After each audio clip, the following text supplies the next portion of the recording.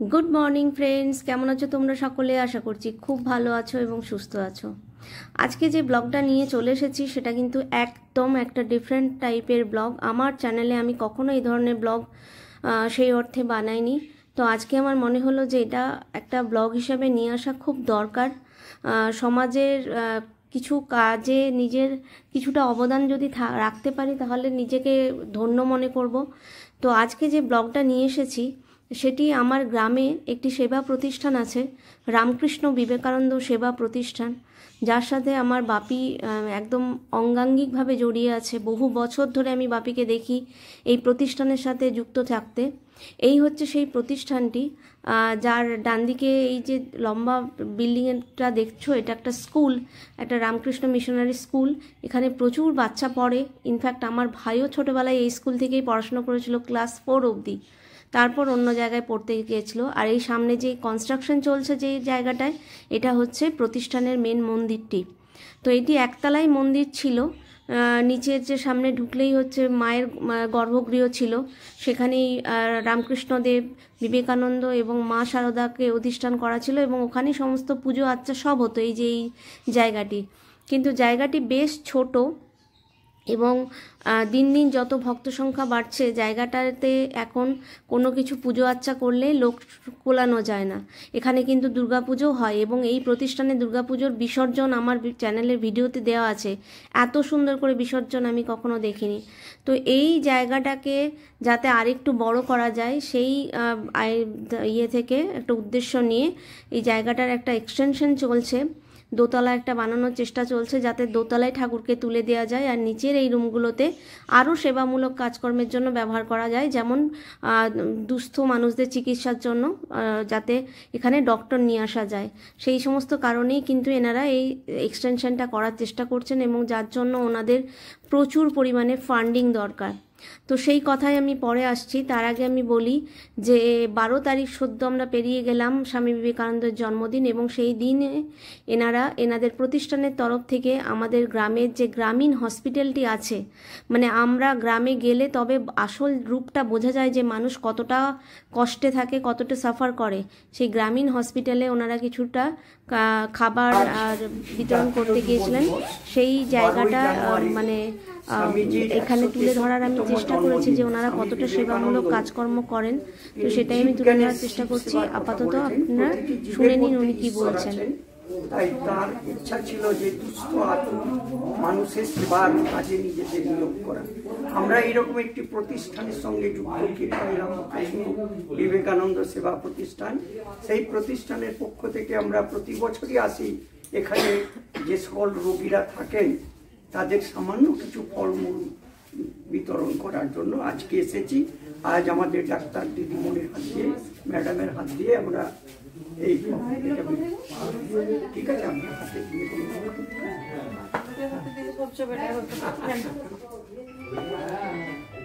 শুনলেন আপনি যে আপনারা সবাই শুনলেন উনি কি বললেন। উনি আমার বাবা।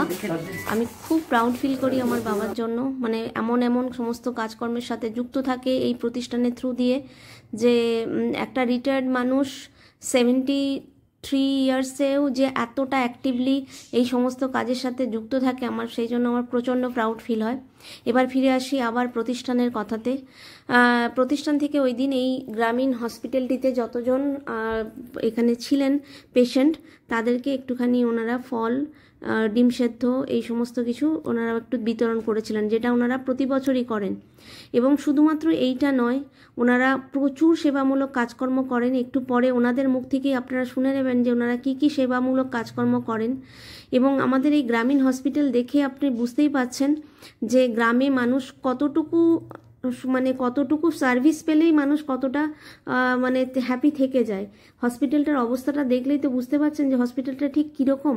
মানে এই ওয়ার্ডটার মধ্যে মানে একদম ফিমেল পেশেন্টরা থাকে এখানে। তো এই জায়গাগুলো বুঝতেই পাচ্ছেন দেখেই যে কীরকম মানে গ্রামীণ হসপিটাল কি হতে পারে। এখানে যতজন পেশেন্ট ছিল সবাইকে ওনারা একটুখানি খাবার দাবার দান করার পরে তারপর ওনারা আবার ওনাদের প্রতিষ্ঠানে ফিরে গিয়েছিলেন। ওনাদের প্রতিষ্ঠানের আরেকটা মূল উদ্দেশ্য হচ্ছে যে ওনারা প্রচুর পরিমাণে সেবা কার্য করেন, যার মধ্যে ছানি অপারেশন একটা বিরাট বড় কাজ। প্রতি বছর আমি এই ব্যাপারটা জানতে পারি, যেহেতু বাপি ওর সাথে অ্যাসোসিয়েটেড আছে। তারপর প্রচুর স্টুডেন্ট আছে যারা ট্যালেন্টেড কিন্তু খুবই দুস্থ, তাদেরকে পড়াশোনার জন্য প্রচুর হেল্প করেন ওনারা ওনাদের তরফ থেকে। এবং সবথেকে বড় কথা, ওনারা এই যে পুরো হেল্পগুলো করেন, যা যা কাজ করেন, সবটাই কিন্তু ওনাদের সেলফ ফান্ডিং একটা নিজেরা তৈরি করেছেন। নিজেরা নিজেদের তরফ থেকে প্রচুর মানে ফান্ড একটা মানে রেজ করার চেষ্টা করেন এবং সেটা দিয়েই ওনারা এই কাজগুলো করেন। কিন্তু আমার মনে হয়, পার্সোনালি আমার মনে হয় এরকম কাজের জন্য আরও অনেক মানুষের ফান্ডিং পাওয়া ওনাদের মানে উচিত, ওনারা প্রাপ্য, মানে ওনাদের প্রাপ্য সেটা। তো সেই জন্যই আমি আজকের এই ভিডিওটা বানাচ্ছি, যাতে করে ওনারা আরও বেশি কাজের সাথে নিজেদেরকে যুক্ত করতে পারেন, আরও ফান্ডিং পেতে পারেন। সেই জন্য এই ভিডিওটা বানাচ্ছি, যাতে এই ভিডিওটা তোমরা অনেক বেশি বেশি করে শেয়ার করো আর শুনতে থাকো ওনারা কি বলছেন। বলো, স্টার্ট। যুগনায়ক স্বামী বিবেকানন্দর 163তম জন্মদিবস উদযাপনের জন্য আমরা ক্ষীরপাই রামকৃষ্ণ বিবেকানন্দ সেবা প্রতিষ্ঠানের পক্ষ থেকে এই হাসপাতালের আতুর যে রোগীরা ভর্তি আছেন তাদের উদ্দেশ্যে সামান্যতম স্বামীজির আদর্শে অনুপ্রাণিত হয়ে ফল, মিষ্টি ইত্যাদি বিতরণ করে গেলাম। আমরা ঠাকুরের কাছে প্রার্থনা করি তারা তাড়াতাড়ি সুস্থ হন এবং তাদের পরিবার পরিজনদের সঙ্গে আবার সুস্থভাবে বসবাস করুন। সবারই সাথে একটু পরিচয় করিয়ে দাও তোমাদের। আমার প্রতিষ্ঠানের সাধারণ সম্পাদক শ্রী ভাস্কর পাল, আমার প্রতিষ্ঠানের অন্যতম একজন সদস্য শ্রী বিপ্লব পাল, প্রতিষ্ঠানের অন্যতম সদস্য শ্রী অভয় পাখিরা মহাশয়, অন্যতম সদস্য শ্রী অরূপ চক্রবর্তী, অ্যাসিস্ট্যান্ট সেক্রেটারি অরূপ চক্রবর্তী, তপন দালাল আমাদের বিদ্যালয়ের সম্পাদক, ক্ষীরপাই রামকৃষ্ণ মিশনারি স্কুল আছে সেই স্কুলের সম্পাদক তপন বাবু। আচ্ছা, আপনাদের প্রতিষ্ঠানের মানে মূল উদ্দেশ্যটা কি, মানে কি করেন আপনারা প্রতিষ্ঠান থেকে, কি কি কাজ করেন, সেবামূলক কি কাজ করেন? আমরা প্রতি বছরই আমাদের উদ্দেশ্য সবসময় সেবামূলক কাজ করা, সেই উদ্দেশ্যে আমাদের এই প্রতিষ্ঠান গড়া, যার জন্য এর নামকরণ রামকৃষ্ণ বিবেকানন্দ সেবা প্রতিষ্ঠান। প্রতি বছরই আমাদের চক্ষু শিবির হয়, বিনা পয়সায় ছানি অপারেশন উইথ লেন্স।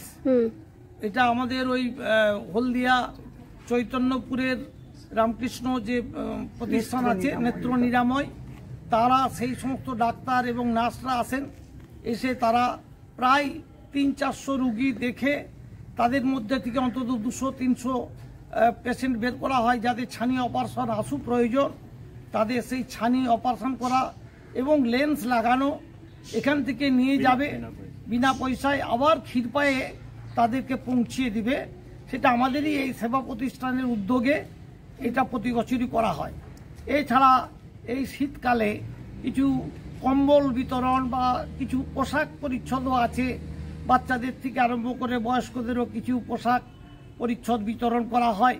দুর্গাপুজোর সময় আমরা শাড়ি বিতরণ করি নিজেদেরই উদ্যোগ নিয়ে। এই করোনা পিরিয়ডে আমরা অনেক গ্রামেও গেছি, সেখানে চাল, ডাল, তেল, নুন সমস্ত কিছু দিয়ে প্রতিটি মানুষের যাতে সেবা করতে পারি, আরও সেবার পরিমাণ যেভাবে বাড়ানো দরকার সেটা আমাদেরকে করতে হবে, সেটা আমাদের মাথায় আছে।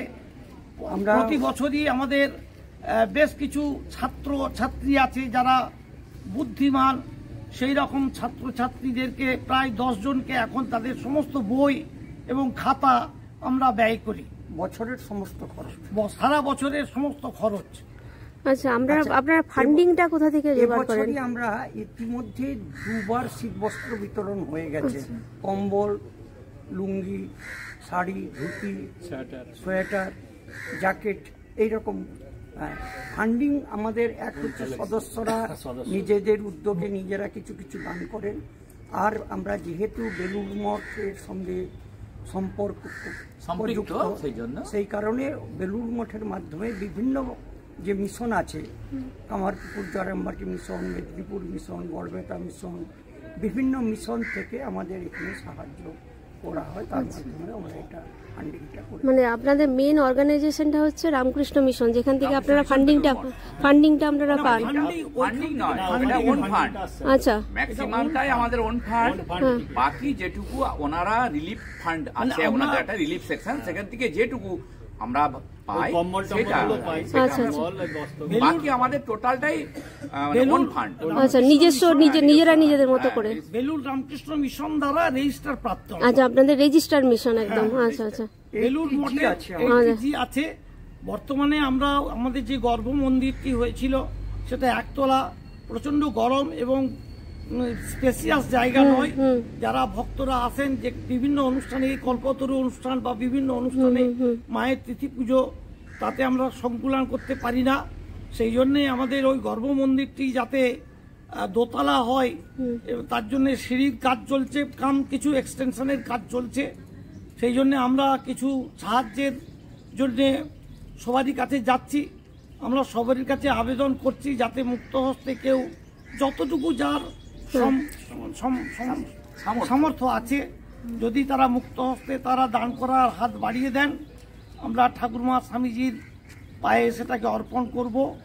এই উদ্দেশ্য নিয়ে আমরা আগাচ্ছি। আগামী দিনে যাতে আমরা এই যদি বাড়ি করতে পারি, ডাক্তার বসানা, সপ্তাহে 2 দিন ফ্রি একদম, ভালো ডাক্তার এনে, অনেক ডাক্তারই আসবেন বলছেন কিন্তু তাদের অ্যাকোমোডেশন দিতে পারছি না।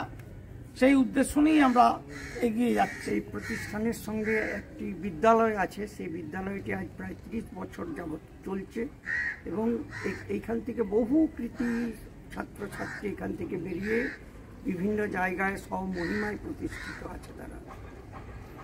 আচ্ছা, আপনাদের প্রতিষ্ঠানকে অনেক অনেক মানে শুভেচ্ছা, যাতে আরও এগিয়ে যায়, আরও বড় হতে পারে, আর আরও যাতে ফান্ডিং আসে আপনাদের কাছ থেকে, যাতে আপনারা সেবা কাজটা আরও ভালো করে এগিয়ে নিয়ে যেতে পারেন।